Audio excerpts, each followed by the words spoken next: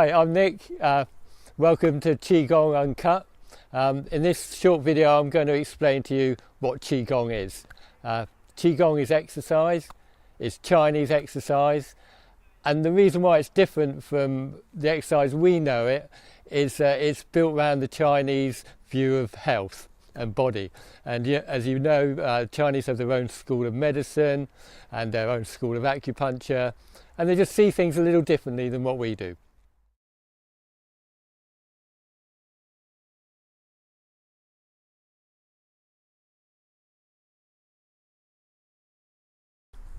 Qi Gong has its roots in the Taoist culture that predates modern China and predates all the Ming dynasties and all that. So it's got a long history. Traditionally it has three different schools. It has Qi Gong for spiritual attainment, Qi Gong for building strength, and Qi Gong for health.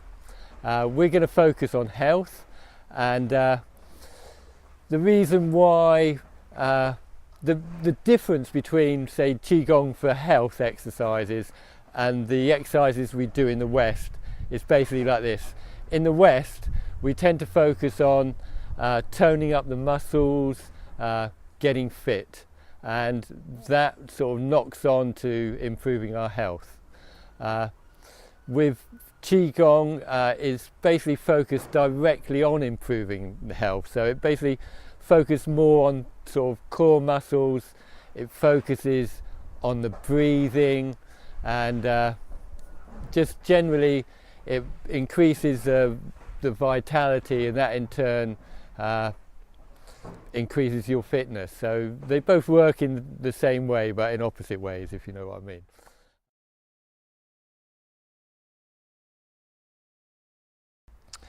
Now, Qi Gong translated means Qi, which is vital energy, i.e. the energy around us, the energy within us, and Gong translate as something like mastering, like mastery. So we master motion. So it's basically any movement with intention can be classed as Qi Gong. This is Qi Gong. This is Qi Gong. This is an actual Qi Gong exercise. It's called shoot the tiger. There's a tiger, 4 legs.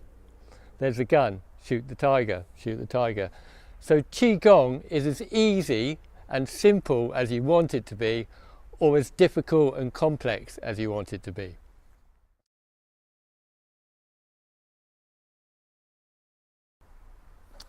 Qi Gong exercises usually come in two different forms. There's soft Qi Gong and there's hard Qi Gong.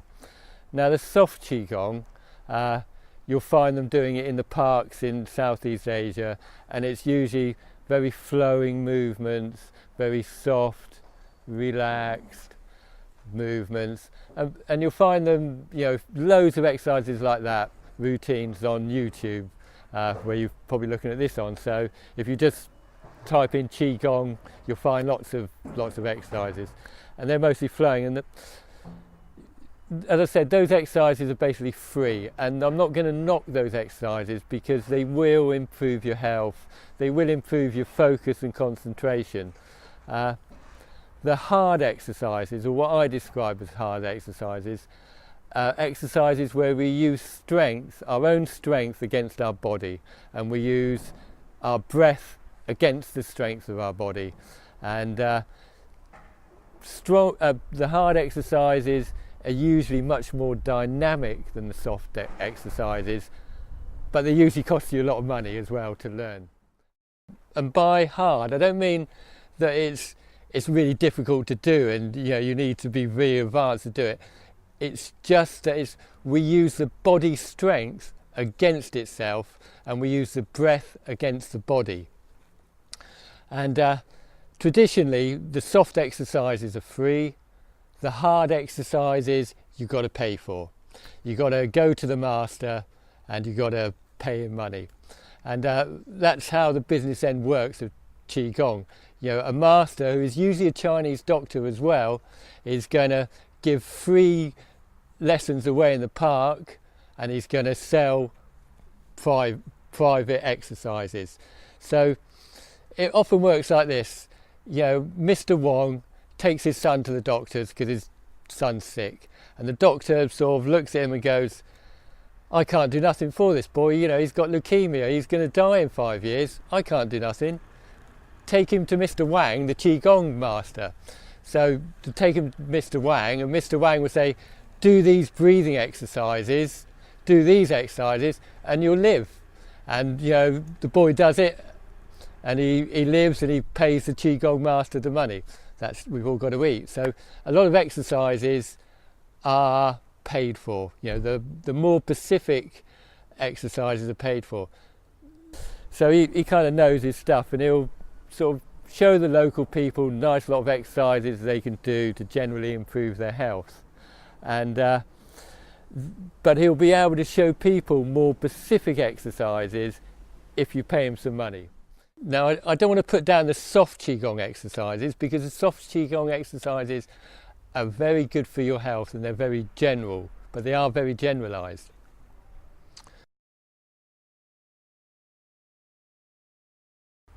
Yeah, so that's the business end of it.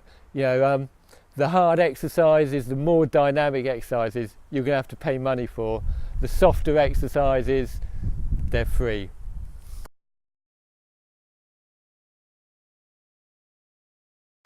But doing soft Qigong, you can get very relaxed, and doing hard Qigong, it will also relax you to a point. The hard Qigong really fits in with what we've just been able to discover about modern day exercises. This idea that we work hard for 20 minutes is sort of being thrown out the window now. Modern science is saying the best way to get fit is by using very short spurts of intense energy, and then relaxing, and then using very short spurts of intense energy and relaxing. And a lot of the hard Qigong is actually like that.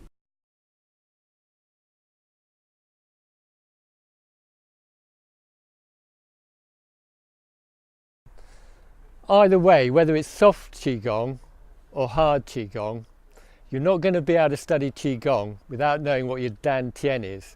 Now, I've done a separate video with exercises for you to get more in tune with your Dantian. But in short, this is your Dantian in your lower abdomen. And all energy comes from here, and all balance is here. This is your point of balance. So if you watch like somebody doing martial arts, this is where they're going to move from. They're going to move from this point here. Not that point there, but here. This is the center of balance. Typically, a Qigong stance is your legs about as far apart as your shoulder, bend at the knees. That's your balance, your Qigong. And if you look at martial art movies, like Bruce Lee or something like that, you'll see that's where they move from. They're always moving from that area there. That's how they shift about. That's their focus of balance. And if you look at a sort of Western trained boxer, they're coming from their chest. But your actual balance point is here, and you're much more stable there. And as I say, in Chinese medicine, the Dantian is your center of being. You know, all health radiates from your tummy. Okay, and you find your specific position for your Dantian if you under your navel. If you put 4 fingers from your navel downwards, and then press your hand.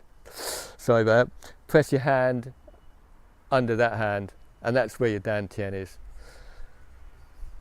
Okay, that's your Dantian. And just so you get the idea with Qigong, when we do breathing exercises, we don't contract the stomach.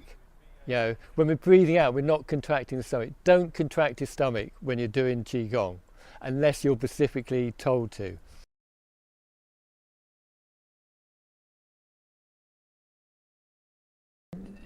In the West, we do a lot of cardiac. We do a lot of cardiac exercises, and we get sort of like that high, you know, like the high from the running. Yeah, if you've ever done running, you know that's got to be the best high you'll get. But we don't really get those highs in Qigong. But what we do get, what we do is we do those short, very short, maybe 30 seconds, 1 minute, very heavily exertions of power, and then we rest and we recover.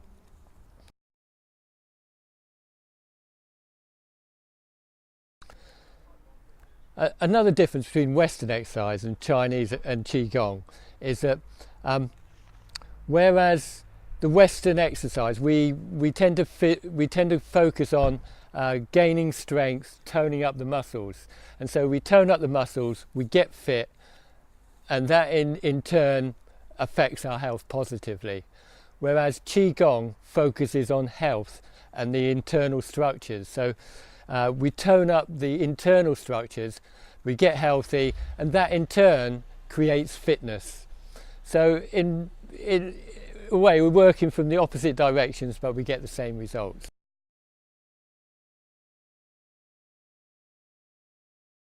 The last thing I'd just like to mention is the breathing, because most of the time when in our daily life, up to 70% of the air in our body is just stale and old because we're not breathing out properly.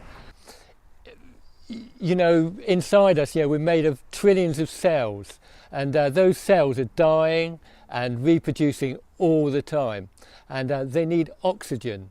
And the oxygen feeds those cells. And if we don't get oxygen into those cells, they'll basically collapse. And if we're not dispelling the dirt and stuff that we inhale and gets into our cells, then the aging process, the aging process just speeds up. So part of the slowing down the aging process is keeping the cells clean. And a lot of Qigong breathing is about that.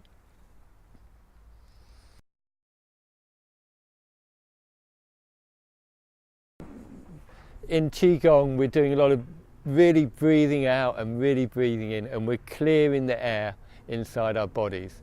And that really affects our cells and the health of our cells, because our cell structure depends upon oxygen.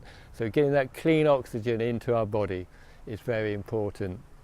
And that's about it, really. That's all you really need to know, unless you want to become a professor of Qigong, which I'm not. And that's why I don't know much more myself, but that's enough for you to know. Okay, now my next video, I'm going to introduce you to 4 exercises and my story of how I come upon these exercises and why it's a good idea for you to do them. So see me in my next video. Thanks.